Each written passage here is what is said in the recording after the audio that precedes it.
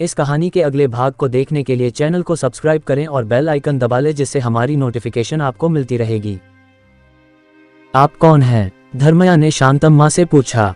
वह बोली नहीं, वह राम की ओर अपलक नयनों से देखती रही।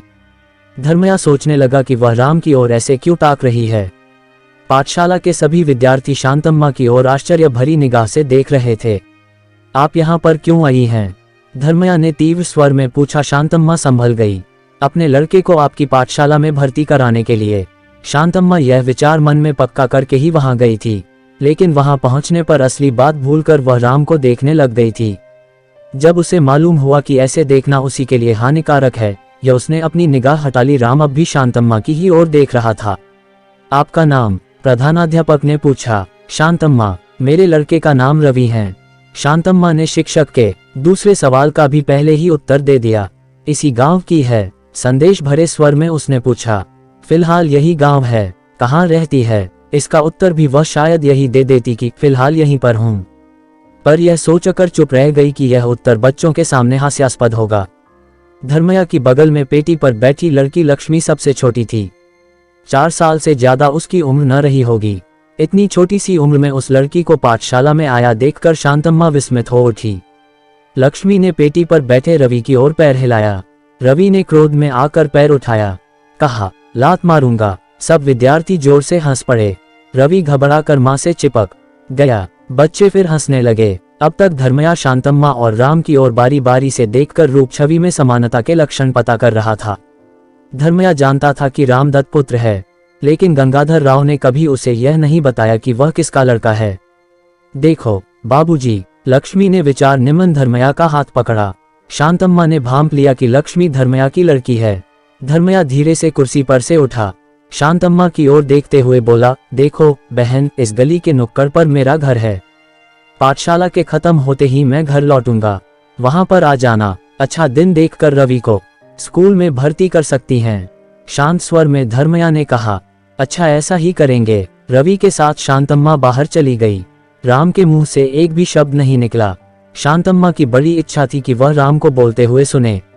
उसने ये जो साहस किया वह जमींदार की दृष्टि में अक्षम्य अपराध हो सकता है, लेकिन मात्र प्रेम का अनुभव माता ही कर सकती है। इस सत्य के सामने जमींदार से प्राप्त होने वाला दंड शांतम्मा को हल्का ही प्रतीत हुआ।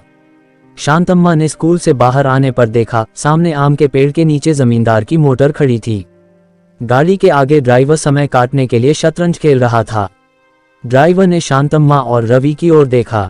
यह मोटर किसकी है? शांतम्मा ने पूछा। ये गाड़ी जमींदार गंगाधर राव साहब की है, संक्षेप में उत्तर देकर ड्राइवर फिर खेल में लीन हो गया।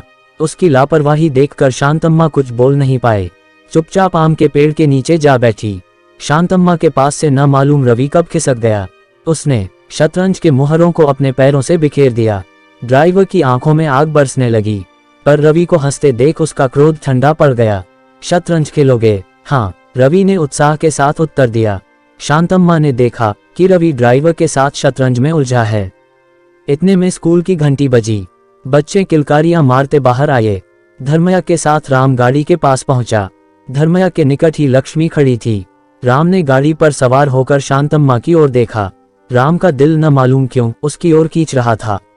उसका छोटा सा मस्तिष्क पुरानी स्मृति को ताज़ा करने के प्रयत्न में लगा था। क्या आप कभी हमारे घर आई थीं? राम ने शांतम्मा से पूछा। शांतम्मा का मात्र हृदय राम की वाणी सुनकर उमड़ पड़ा। आनंद से पूरित नेत्रों से राम की ओर देखते हुए कुछ कहे कि रवि बोल उठा, यह मेरी माँ है। शांतम्मा ने कहा, मैं तुम्हारे घर नहीं गई, मैं तुम्हें नहीं जानती बेटा। राम को बड़ी निराशा हुई। उसका ख्याल था कि दुनिया भर में उसे न जानने वाला कोई नहीं है। तो फिर मेरी ओर क्यों देखती हो? राम ने क्रोध का अभिनय करते हुए पूछा।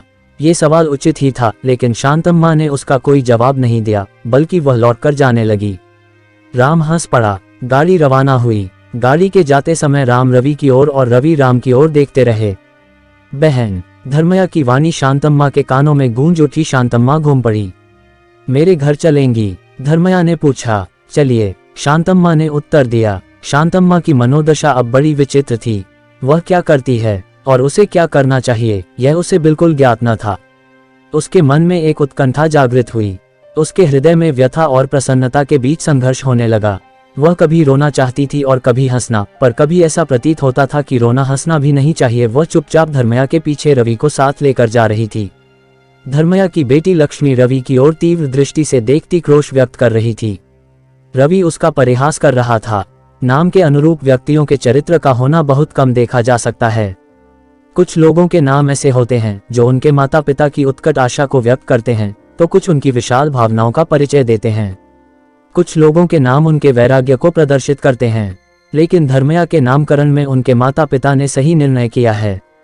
उनकी धर्मनिष्ठा और मानसिक दृढ़ता से परिचित लोग ये बात अवश्य स्वीकार करते हैं। धर्मया की पत्नी का देहांत हुए 3 वर्ष पूरे होने को हैं। लक्ष्मी जब 1 वर्ष की भी न हो पाई थी तभी वह मातृविहीन हो गई, परंतु धर्मया ने फिर शादी का नाम तक न लिया। वह स्वयं मां बनकर लक्ष्मी को पाल रहा है।